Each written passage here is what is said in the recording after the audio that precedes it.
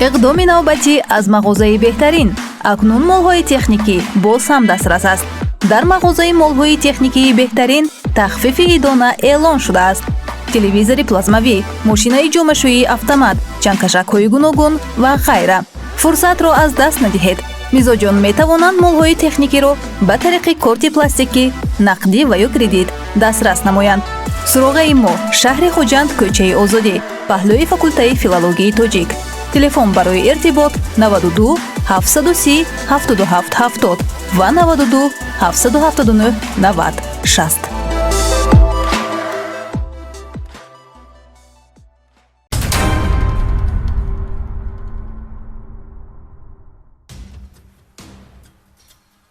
بینندگان گرامی سلام. نشر نوبتی برنامه کریمینالی اخبار وزارت کارهای داخلی را با مهمترین خبر و گزارش‌های جنایتی منظورتون می‌نماییم. در استودیو با شما ما رخسار تولازاده. توجه نمایید به سرخط برنامه.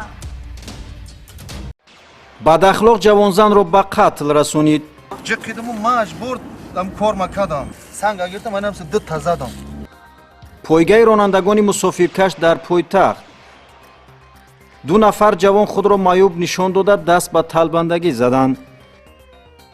این و دیگر خبر و گزارش‌های جنایتی در نشر نوبتی برنامه اخبار وزارت کارهای داخلی.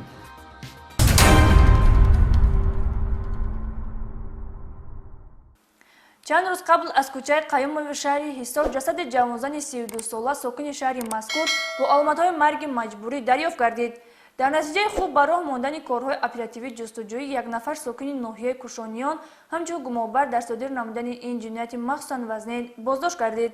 شرح وسیع جنایت مذکور در گزارش همکارانمان. جوانان آینده ملت پیشبرنده راه نیک نیاگان و سازنده جامعه سالم به شمار رفته برای در تینت آنها جای کردن حسی وطندوستی و خویشتن‌شناسی را از خردی باید پیوندان و اهل جماعتچگی جای نمایند.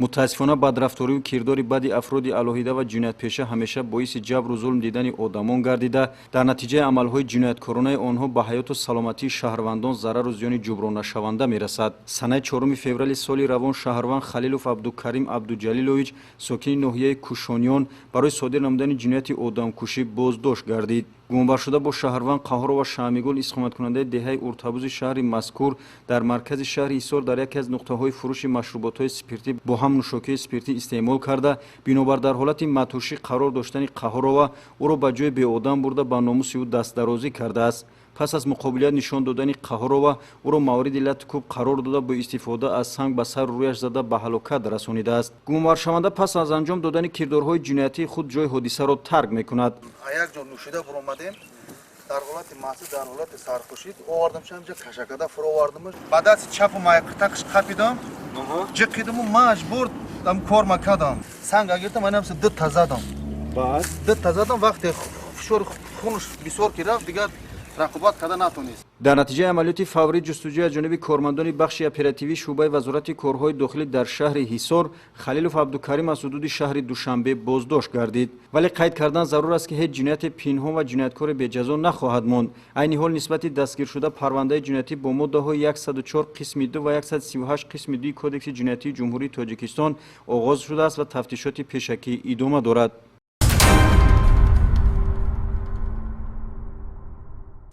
متاسفانه امروزها بعضی از نفران منفیت‌جوی به قدر سلامتی خود نرسیده در جامعه خود را معیوب نشان داده میخواهند بدین وسیله مبلغ به دست آورند. میلیسیای پایتخت 2 نفر جوان را بازداشت نمود که آنها در کوچه‌های شهر دوشنبه با همین اصول از رانندگان واسطه‌های نقلیات مبلغ به دست می‌آوردند.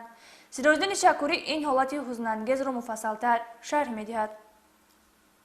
متاسفانه بعضی از افراد جسماً سالم هستند که خود را معیوب و دردمند وانمود کرده با برانگیختن رحم و شفقت به دل اطرافیان به جمع‌آوری مبلغ مشغول می‌شوند. چنین حالت‌های ننگاور در کوچه و خیابان‌های پایتخت نیز به مشاهده می‌رسند. وابسته به این از جانب کارمندان میلیسیا پیوسته رید عملیات‌های پروفیلاکتیکی گذرانده شده نسبت چنین افراد قلاب و مردم فریب چاره‌های داخلدار قانونی اندیشیده می‌شود. از جمله 2 نفر شهروندان حیدوف علیخان تقویویچ سال تولدش 1990 97 استقامتکننده ناحیه رودکی و خلاصوف بختیار اسداللهویچ سال تولدش 1990 استقامتکننده شهر دوسانزاده دهه شادمان که دارای جسمی سالم و بازوی نیرومند میباشند ولی خود را معیوب وانمود کرده با برانگیختن رحم و شفقت و احساس انسان دوستی در کوچه‌های پایتخت به جمع‌آوری مبلغ مفت مشغول بودند معین و دستگیر کرده شدند. در بین راه با چی کار مشغول هستید؟ چیکار با کدام راه؟ چیکار میکنی؟ تو در اصل صحت سلامت هستی؟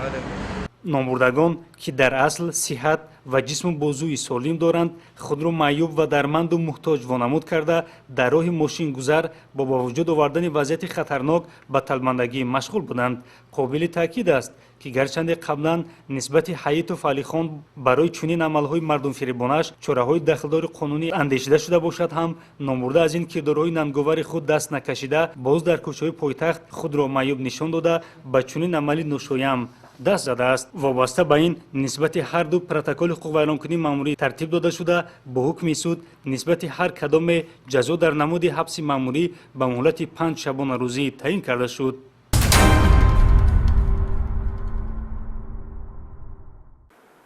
کارمندان شعبه وزارت کارهای داخلی در شهر حصار 2 نفر پیش‌سودشده را با گمان صادر نمودن جنایت دزدی دستگیر کردند.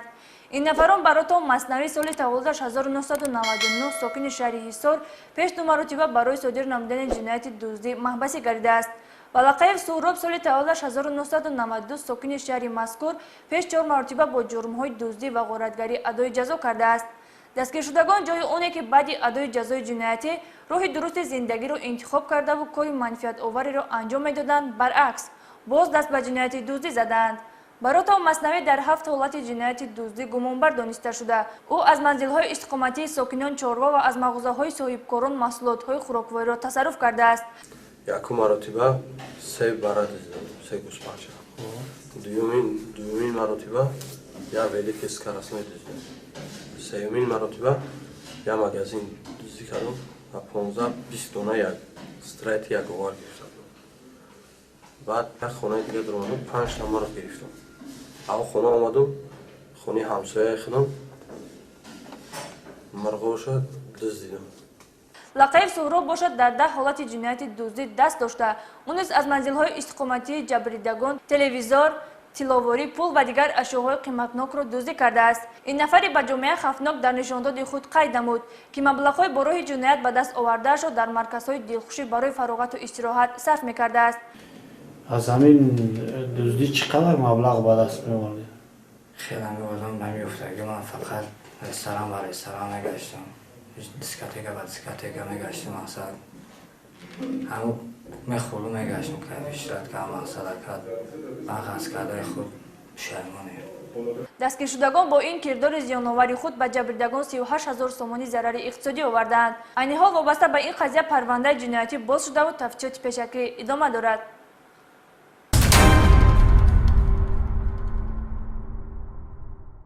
رعایت حتمی قاعده‌های حرکت در راه پیش از همه با پیشگیری صدمه‌ناکی و حادثه‌های نقشی راه و نقلیات مساعدت نموده. همزمان حرکت بی-خطر و با نظام شهروندان و دیگر اشتراکچیان حرکت راه را تامین می‌نماید. مخصوصاً رانندگان واسطه‌های نقلیات جمعیتی که به حمل و نقل مسافران و خدمت‌رسانی جمعیتی مشغولند به طور حتمی باید قاعده‌های حرکت راه را رعایت نموده جان خود و دیگر شهروندان را زیر خطر نگذارند. از جانب کارمندان میلیسیای پایتخت یک حالت پایگاه غیرقانونی در نتیجه آموزش و مورد سنجش قرار دادن مراجعت و نواری به ریاست وزارت کارهای داخلی در شهر دوشنبه ارسال نموده یک نفر ساکن شهر دوشنبه معین کرده شد.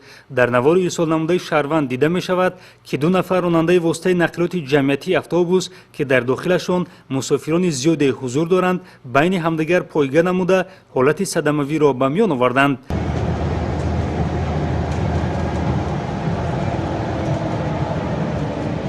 ضمن سنجش معین کرده شد که رانندگان مذکور شهروندان بردیف سید مومین ронандаи автомошини тамғаи Акия рақами қайди давлатиаш 0023 ТТ ва Закиров Абдусалом ронандаи автомошини тамғаи Акия рақами қайди давлатиаш 8231 ТТ 05 мебошанд. бо назардошти ҳолатҳои мазкур нисбати ҳар ду ронандагон бо моддаи 326 илова 1 кодекси ҳуқуқвайронкунии маъмурии ҷумҳурии тоҷикистон парвандаҳои маъмурӣ тартиб дода шуд ки тибқи муқаррароти ин модда барои кирдори содирнамудаашон ҳар як ронандаро дар алоҳидагӣ ҷарима ба андозаи аз 250 то 300 нишондиҳанда барои ҳисобҳо баробар ба аз 14500 сомонӣ то 17400 сомонӣ бо маҳрум сохтан аз ҳуқуқи дораи воситаи нақлиёт ба муҳлати 2 сол таҳдид мекунад.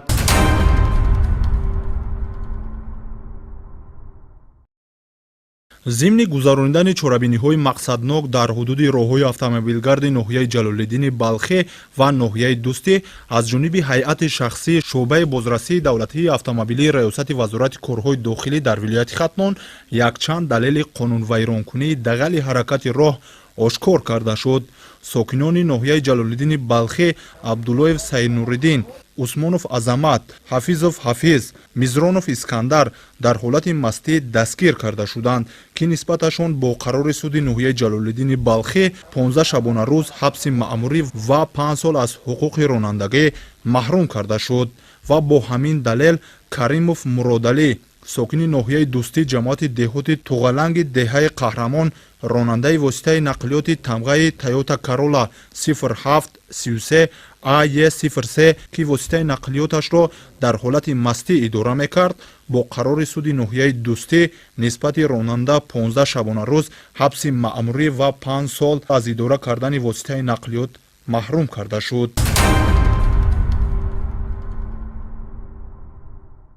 имрӯзҳо низ кам нестанд ҳолатҳое ки одамон ҳаёти худро дар хатар гузошта ба дигарон кӯмак кунанд.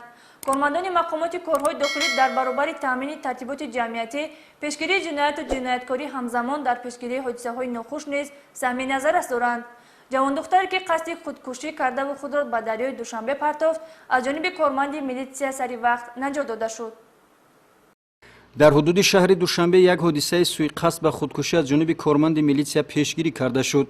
санаи 5 феврали соли равон тахминан соатҳои 15:10 шаҳрванд ММ соли таваллудаш 2000 донишҷӯи донишкадаи санъати тоҷикистон бинобар сабабҳои оилавӣ худро аз болои пули дарёи Душанбе воқеъ дар шаҳри Душанбе кӯчаи Саъдӣ Шерозӣ ба об партофтааст. бо воқиф шудан аз ҳолати мазкур муфаттиши шуъбачаи тафтишотии шуъбаи вазорати корҳои дохилӣ дар ноҳияи Синои шаҳри Душанбе лейтенанти калони милитсия Амиршоҳи Саймаҳмуд аз худ ҳушёрию ҷасурат нишон дода худро ба об партофтаву ҷавонзани қасди худкушӣ доштаро наҷот медиҳад.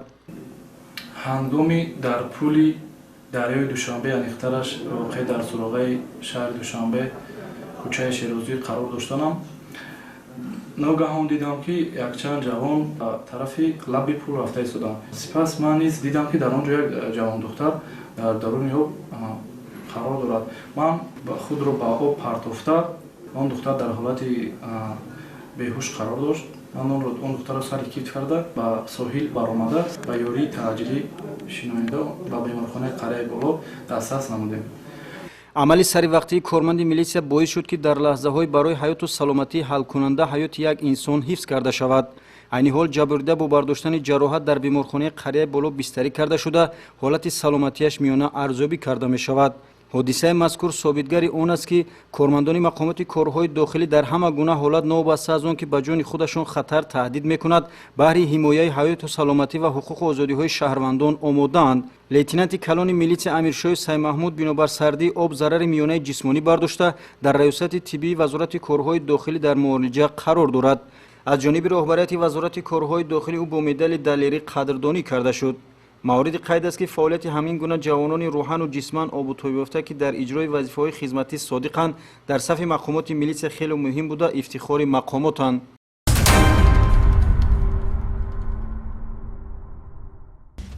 дар анҷоми барнома ба ҳар кадоми шумо рӯзгори хуш, саодату сарбаландӣ таманно намуда хоҳони онем ки дар кишвар ҳамеша амнияти сарҷамъӣ ва осоиштагӣ ҳукмфармо бошад. хайр.